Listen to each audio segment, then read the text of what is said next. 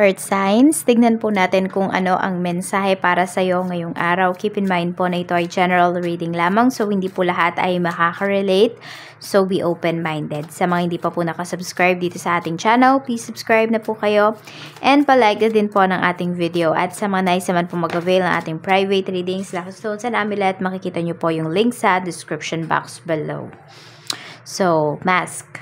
Ayan. So, iba sa inyo, hindi nyo talagang mag-mask ngayon. Pwede mababa yung immune system ninyo, earth signs. Ayan. And meron naman dito, ang daming mga tao na nakamaskara sa paligid mo. Or maybe, ikaw, isa din ito. Ikaw, isa ka din dito. Ayan, ang sinasabi ko. Isa ka din dito kasi, not because na mamlastic ka, earth signs. Kung hindi mo sinasabi yung totoo mong nararamdaman. Or kung meron kang suggestions, tumatahimik ka lang dito. Para bang, yung iba sa inyo ngayong araw is go with the flow lang kayo. Parang wala kayo sa mood. Tingnan natin. Ano pa ang mensahe natin, Spirit Guide?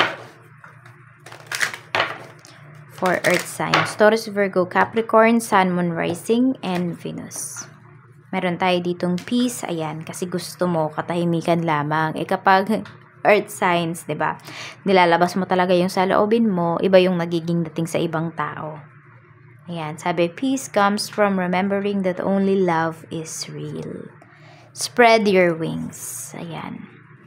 So, yung iba naman po sa inyo dito, pwedeng umiiba kayo ng direksyon. Ayan o. Sabi, do not hold back right now. The timing is perfect and you are ready to soar. Okay, so pwedeng may mga plano kayo, earth signs, na kayo lang talaga yung nakakaalam. Ayan. So, parang, ayun, yung akala ng ibang tao, iba na, nagbago na si earth signs. We have crystal clear intentions. Be clear about what you desire and focus upon it with unwavering faith. Ayun. So, totoo naman, hindi mo naman talaga kailangan sabihin sa ibang tao kung ano ba yung nangyayari sa life mo. So, kailangan lang, ayan, kung meron kang gagawin ngayon, gusto mo talaga yung ginagawa mo or gagawin mo, at clear ka. Clear ba yung goal mo? Alam mo kung ano yun ginagawa mo, or ano ba yung, ano yung gusto mo? Bakit mo ginagawa yung isang bagay na yun? Diba? Nurture. Ayan. So, alagaan mo po yung iyong sarili. Ayan, lalo na dito, pwedeng may bagong panganak, or sabihin natin, ilang months na yung baby mo. So, habang inaalagaan mo yung baby mo, kahit minsan, no, alagaan mo din yung iyong sarili. Huwag papabayaan yung sarili mo. Kasi, syempre, yung baby, sa'yo yan umaasa. Or kung sino man yung inaalagaan mo ngayon. Okay, sino ba yung nurture mo ngayon? Or pwede nga, nurture nyo talaga yung inyong sarili. So, ayan. Mahalin nyo talaga yung sarili ninyo. Wala nang ibang magmamahal sa atin. Kung hindi. Nang lubos, no?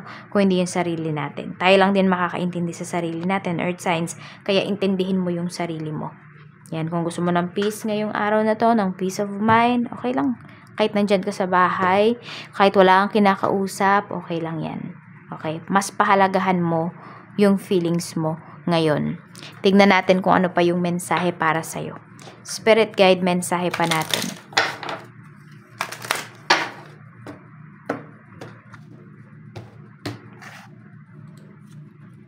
Very soon. Ayan. Marami po sa inyo kung ano man tong katahimikan na gusto ninyo. 'Di ba, sa inyong buhay, sa bagong bahay, bagong buhay. Ayan po, makukuha nyo po 'yan.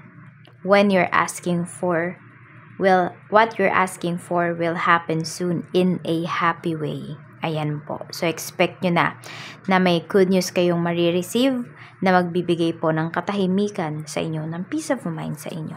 Spread your wings. Ayan. Be creative ngayong araw na ito. Kailangan magsipag kayo. Yun yung sinasabi ni Universe. Ayan nga po. So, meron talaga kayong gustong gawin. Meron kayong gustong i-pursue nyo po. Wish upon a star. Make a wish and expect the very best. So, make a wish daw. Mag-wish na kayo.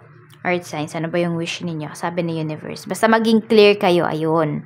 Yun, pag mag-wish po kayo, wag kayo maglalagay ng sana. Be clear. Ano ba yung gusto ninyo? O, wish na kayo.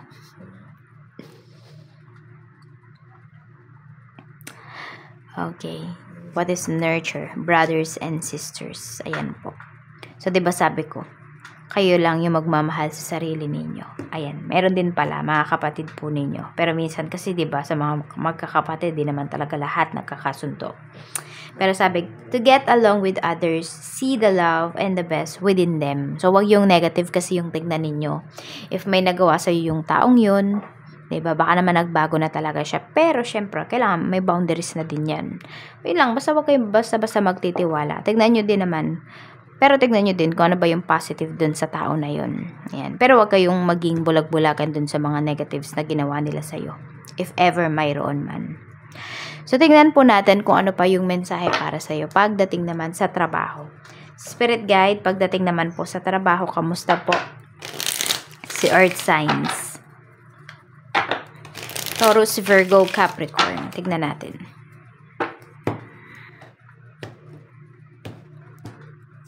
Meron tayo ditong the sun. Ayan. So, expect talaga na may positive news na paparating para sa'yo. Na may positive things na paparating pagdating dito sa iyong trabaho. Ayan, the sun. Nakikita mo na siguro yung mga pinaghirapan mo. So, nagiging malinaw na siya lahat para sa'yo. Tignan natin ano pa yung mensahe. Pagdating naman sa negosyo. Ayan po. So, kailangan maging creative kayo dito. Huwag niyong ikulong yung inyong sarili. Ayan. Pwedeng sa isang negosyo lamang, sa isang lugar lamang. Mag-grow pa kayo. Ayan po. Kailangan nyo lang dito maging matapang. Ayan. Kailangan nyo lang talaga is lumapan. Pagdating dito sa inyong career. Pagdating sa inyong business. Maganda po yung business ninyo. Palakas siya ng palakas. Susulitin nyo yan. Meron tayo ditong 9 of Cups. Pagdating sa kaperahan, marami din po sa inyo. Ayan. Happy kayo dito sa mga na-achieve ninyo. Sabihin natin, meron kayong mga nabibili sa inyong sarili, sa mga pangailangan ninyo. Hindi man siguro yun sobrang bongga, earth signs, pero sobrang happy mo kasi pinaghirapan mo talaga yung mga bagay na yun. So, nakita ko dito, pagdating sa money mo, pwedeng no regrets ka. Kasi napupunta siya sa mga bagay na masaya ka talaga. Ayan. Tignan natin, pagdating naman sa love life, we have 8 of Cups. So, ito, pagdating naman sa love life, need nyo munang magpanggap na happy kayo para di maapektuhan yung inyong family. Ayan po. Meron din dito, pwedeng nagsasacrifice po talaga.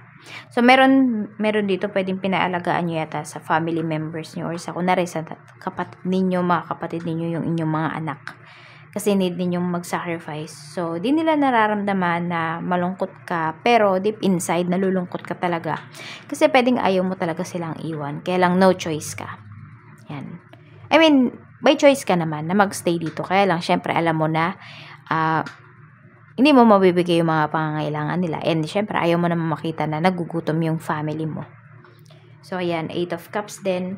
Ito. So, pwedeng isa sa inyo talaga is nag-sacrifice. Merong isa na iwan sa bahay. Yung isa naman, siya yung nagtrabaho. So, parang nasa iyo, nakapasan lahat ngayon. Earth signs. And yes, nahihirapan ka. Pero, siguro sa tulong na rin ng mga taong nagbibigay sa'yo ng lakas ng loob. Yan, nakakayanan mo talaga. Tapos, ito, yung person mo. Kung meron ka namang kadil ngayon, pwedeng nakikita mo, parang unti-unti na siyang lumalayo sa'yo. Nasasaktan ka, yes, pero parang di mo pinapahalata na yun na yung nafe-feel mo pagdating dito sa relationship ninyo. Hindi ko alam kung mataas lang ba yung pride mo or signs, kaya di mo sinasabi yan sa person mo. Or baliktad, no, yung person mo. Baka yan na yung nafe-feel niya sa'yo, hindi niya lang sinasabi. So, kailangan talaga is communication. Lalo na kung magkalayo po kayo.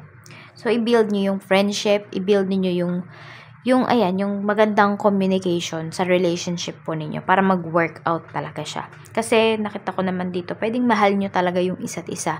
Yun nga lang, kulang lang kayo sa pag-uusap. So, pag sabihin natin, pag merong sinasabi yung person mo na mahalaga, pakinggan, o kahit hindi nga mahalaga pero nag-reach out siya sa'yo, nakikipag-usap siya, kausapin mo siya. Minsan kasi nakikita ko sa inyo, binablock nyo siya Earth signs. Minsan kayo yung nagbablock dito sa person ninyo. Pero yun, napaka-importante nung sinasabi niya. Pero pwedeng yung iba po sa inyo, ayaw nyong makinig. Or baliktad pwedeng baliktad naman yung energy na yan. So, pakinggan ninyo, pag mayroon pong sinasabi yung person ninyo. Kasi doon niya na-express talaga yung nararamdaman niya sa'yo. Diba? Sabihin natin kung yung sinasabi niya about sa future. Diba? Mga future plans ninyo. Ikaw, minsan, okay ka lang ng okay. Pero deep inside, wala naman talaga sa isipan mo, sa puso mo yung sinasabi niya. So, nasasaktan yung person mo kasi parang yung sinasabi niya hindi mahalaga sa'yo. Ayan. Kaya, wag niyong iparamdam na hindi sila mahalaga sa inyo. Kahit minsan, yun yung napaparamdam nila sa iyo. So, unfair ba? Pero kasi, baka kayo yung mas nakakaintindi. So, ayan, napahaba na yung ating mga sinasabi. Ang lucky color mo ngayon is, napakadaming color dito ngayon. Pero blue and orange. Yan po yung iyong lucky color. At ang lucky number mo naman po is 8 and 19. Maraming salamat, Earth Signs. Mag-ingat ka always. Bye!